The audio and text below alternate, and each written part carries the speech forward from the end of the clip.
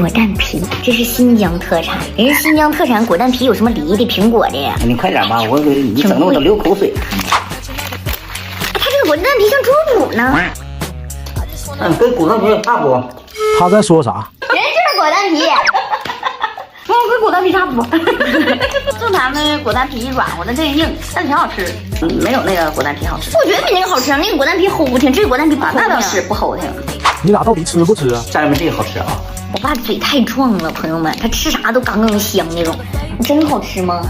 不好吃，我能往肚里咽吗？儿子，你是说以前哪个不好吃你没咽呢？你不好吃我都我，你不好吃我。很多人都说什么吃播会浪费，什么别浪费啥啥的，不够吃的。你们要是有啥吃不完的，我是下水道。爸，我真不是这个意思。